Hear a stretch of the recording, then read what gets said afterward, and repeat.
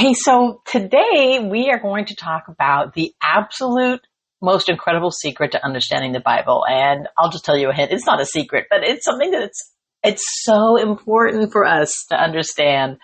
And I'm excited to talk to you about this today. And as always, I would love to hear from you. If you have questions, if you have a comment, if you'd like to engage with me more, please go over to my website, jennifergrichmond.com, and look for the podcast page and engage with me there. Or if you're listening on a podcast right now on YouTube or Spotify, wherever it is, Apple, leave me a question or comment there. I would love to hear from you, and I want to engage better with you, answer your questions. I'm going to be doing a series later on this summer about that. But right now, I'm super excited to get into the Word with you today. We just finished going through the epistle, 1 John, and prior to that, we were moving through several different passages. The whole point of this series this summer has been to get us into the idea of how to let the Word of Christ dwell in us richly, what it looks like, how dwelling in the Word and letting the Bible, let the Word of God dwell in us richly, how it's so different than just reading the Bible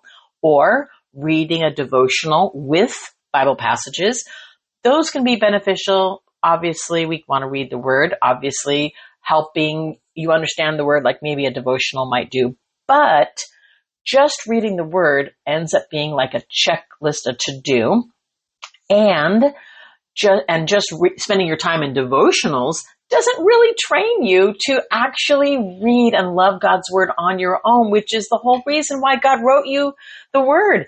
And I should clarify that. The Word of God is not written to you. It's not written to me, but it's written for you. It's written for me, and we're benefiting from it. So we want to let the Word of Christ dwell in us richly. We want to return the favor by dwelling in the Word and not just doing Bible study, not just simply reading it, but moving into the Word with our heart and our soul and our mind and our strength. That's what love looks like, right? And it's about being intentional, making that shift. Don't just let it happen, but really be intentional. Make a shift from treating God's Word like it was some self-help book to letting it dwell in us like the living Word of God that it actually is. And so that's what we're doing. And today I'm excited because I'm going to talk about what I felt like is, well, the secret, I guess, to understanding the Bible, but it's just right there. It's in God's Word. And so again, we have been moving through a particular book of the Bible. Today, we are going to move through several different passages from the Bible. So get your Bible ready.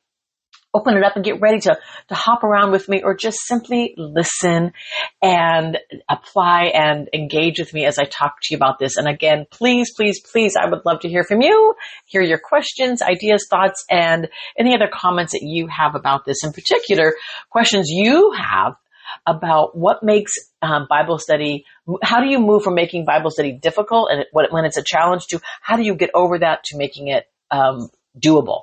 I want you in the Word. I want to be in the Word. And so I want to hear from you. What's been a challenge for you? And then what has helped? Or what remains a challenge for you? And you would love to hear some ideas of how to move forward. Okay, here we go. So the idea today is to really accept the beautiful gift that we have been given in the Holy Spirit. When you said yes to Jesus, when you said, I do, Lord. I follow you. I acknowledge you as the Lord and Savior of my life. You are the Son of God.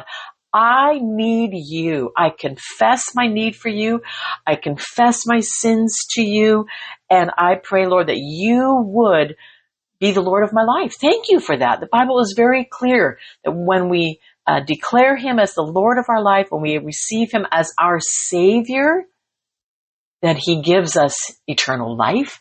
And the package deal with that is the gift of the Holy Spirit. If you go all the way back throughout the Bible, from the beginning, literally the beginning, we see God the Father and his Spirit hovering. And then throughout the Old Testament, we see his Holy Spirit coming down and indwelling with people for a specific group of people for a specific time. We see this in the Torah, through Moses' writings, how God dwelt in and his Spirit came down upon the people, a select group of people to help Moses lead and gave them wisdom and understanding, and it overpoured in that time. And then we see the coming and going of the Holy Spirit throughout the Old Testament. In particular, probably a verse you maybe have heard of this.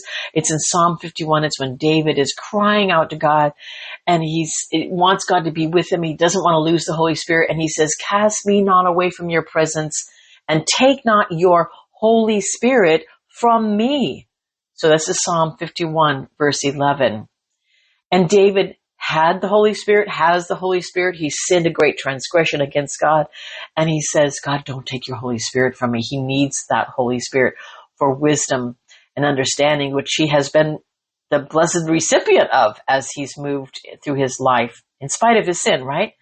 Then we move into the New Testament, and Jesus says to his disciples that the Holy Spirit is going to teach you. He's talking to his disciples in the very hour what you ought to say. In other words, don't worry about what you're going to say. You're going to be dealing with some pretty difficult, challenging situations. But in Luke chapter 12, in verse 12, and before that as well, Jesus is talking to his disciples, and he's saying, hey, they're going to bring you before the synagogue and the rulers and the authorities. Don't worry. Don't be anxious about how you're going to defend yourself or what you're going to say. The Holy Spirit will teach you in that very hour what you're going to say. What? That's an incredible gift. What a blessing. And so as you're listening here today, I want you to be reminded of that and say, wow, that's right. I have that Holy Spirit. It's kind of an if-then thing. If this, then that. If you have accepted Christ, if you have acknowledged him as your Lord and Savior, if you have prayed and said, Jesus, you're the Lord of my life. I'm not the Lord of my life. You're my Savior. I can't save myself. You're holy. I'm sinful. I receive you and acknowledge you. If you have prayed and accepted Christ as your Savior and Lord, you have the Holy Spirit. And that's the if then. If this, then that. You have the Holy Spirit. What a beautiful gift and blessing that is. And so we can pray with confidence and know that we are understood by God and that we can speak and with confidence in any situation that we have because we have the Holy Spirit. And that means we can also understand the Bible, right? In John chapter 16, verse 13, Jesus says, when the Spirit of truth comes, he will guide you into all the truth. For he will not speak on his own authority, but whatever he hears, he will speak, and he will declare to you all things that are to come.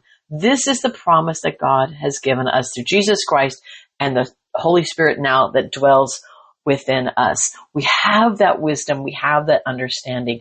As you open up your Bible, if you're reading through the Proverbs, one proverb a day, we talked about that earlier in the summer. Maybe you're reading Psalms and you're going through a chapter a day. We talked about that earlier in the series. Go back to those. Maybe you've selected another book of the Bible to read. You can read with confidence that the Holy Spirit will teach you. So I want to encourage you as you're opening up the Word of God, acknowledge that. Clear away in your mind anything that you say, that you might say or think that would put up a resistance to understanding. For example, you might approach the Bible and say, I just don't know what to read. Instead, you could say, as you open the Bible, thank you, God, for directing me to what I should be reading and understanding in your word. And then, of course, you're not going to be irresponsible in that. You're not just going to randomly open up the Bible and just pick and choose verses out of context. We've already talked about how to read with responsibility, and we'll talk about that later in another podcast, reading with responsibility. But as you go to the Bible, you can say, instead of saying, replace it, I don't know what to read, I'm not sure, replace it with, thank you for guiding me into your word. Just be thankful immediately as you enter the word. Now, as you're reading the word, you might think, I don't know if I'm going to understand this, or what if I get it wrong? Replace that thinking with, thank you, God, for your Holy Spirit. Thank you for giving me wisdom and understanding. Listen to what Paul wrote in 1 Corinthians chapter 2, and I'm going to go ahead and back up and give you the context starting in verse 6 of chapter 2. He says, yet among the mature, we do impart wisdom. Okay, you're mature. I'm going to talk to you like you're a mature person like Paul. Although it is not a wisdom of this age or the rulers of this age who are doomed to pass away. But we impart a secret and hidden wisdom of God, which God decreed before ages for our glory. None of the rulers of this age understood this, for if they had, they would have not crucified the Lord of glory, but as it is written, what no eye has seen, no ear has heard, nor the heart of man imagined, what God has prepared for those who love him. These things God has revealed to us through the Spirit. For the Spirit teaches everything, even the depths of God. For who knows a person's thoughts except the spirit of that person which is in him? So also, no one comprehends the thoughts of God except the Spirit of God. Now we have received not the spirit of the world, but the Spirit who is from God, that we might understand the things freely given us by God. And we impart this in words not taught by human wisdom, but taught by the Spirit, interpreting spiritual truths to those who are spiritual, those who are mature, right? Please go back and highlight that verse in your Bible. 1 Corinthians chapter 2, verses 6 to 13, and be thankful and say, God, you know what? Thank you that I'm not immature in the worldly ways anymore. Thank you that you've given me your Spirit. Acknowledge with humility, you don't understand everything. You're not going to grasp everything, but that you have at your fingertips, in a sense, the fingertips of your heart, the fingertips of your mind, in a sense, you have available for you something far greater than Google, far greater than AI. You have got the Holy Spirit. What an incredible truth. What an incredible blessing.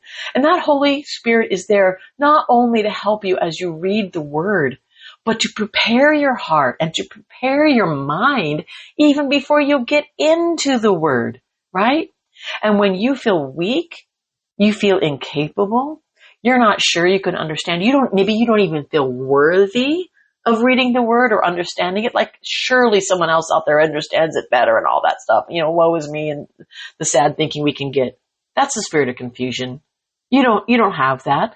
The Bible says in Romans 8, verse 26, Paul wrote, likewise, the Spirit helps us in our weakness, for we do not know what to pray for as we ought. But the Spirit himself intercedes for us with groanings too deep for words. The Spirit himself is there. What a beautiful gift. That's the best friend anyone could have. That's the best guide anyone could have, right? And so as you are moving into God's Word, be always mindful of the spiritual warfare going on. Mindful that you have an enemy who's literally hell-bent against keeping you from God's Word, and even as you are in God's Word, has a mission that gives you confusion and makes it so you feel like you can't understand.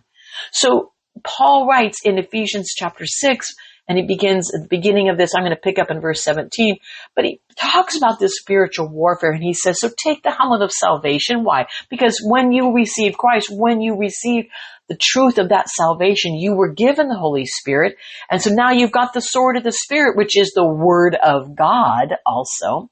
Praying at all times. Now where? How? In the Spirit, with all prayer, all supplication. To that end, keep alert with all perseverance, making supplication with the saints. That's you, that's me, we're the saints, we're all together.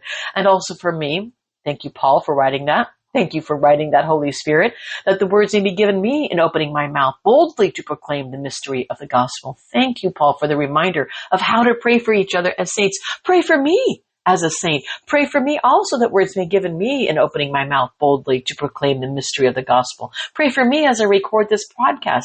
I want to pray for you as you listen. We can be in partnership and in community together, doing this together through the Holy Spirit. And then I want us to go back to Jude. We read this earlier again also this summer, but I want to take us back to Jude chapter, well, it's chapter 1. There's only one chapter in Jude, but beginning of verse 17. Listen to what Jude warns of. He says, you must remember, beloved, the predictions of the apostles of our Lord Jesus Christ. They said to you, in the last time, there will be scoffers following their own ungodly passions. It is these who cause divisions, worldly people, devoid of the Spirit. Listen, when you are circled around by divisions and worldliness, that is an evidence of devoid of the Spirit. You walking in the Word, dwelling in the Word. You are not devoid of the Spirit. You, beloved, building yourselves up in your most holy faith and praying in the Holy Spirit. Keep yourselves in the love of God, waiting for the mercy of our Lord Jesus Christ that leads to eternal life. And have mercy on those who doubt. Save others by snatching them out of the fire, to show mercy with fear, hating even the garment stained by the flesh. Beautiful, beautiful reminder. And I want to take us back to the Old Testament. In one of the Psalms, the Psalm that is the most populated, I think, when it talks about the Spirit inside me, my own personal spirit, my own personal will, and the Holy Spirit. Listen to what the psalmist writes. 143 verse 10, Psalm 143 verse 10 as we close. Teach me to do your will, for you are my God. Let your good Spirit lead me on level ground. There's no need for confusion. There's no need to fear. Embrace the Word of God, and please, please invite the Holy Spirit as your friend to lead you and guide you into the Word, through the Word, and then back out of the Word of God. Thank you for being with me here today on this podcast. Know, as always, that you are loved and prayed for. I always look forward to being back here with you again soon. Go back through, reread those passages, highlight them in your Word, and pray, as always, in the Spirit. Read and embrace God's Word in the Spirit. And I look forward to being back here again with you real soon. Bye-bye for now.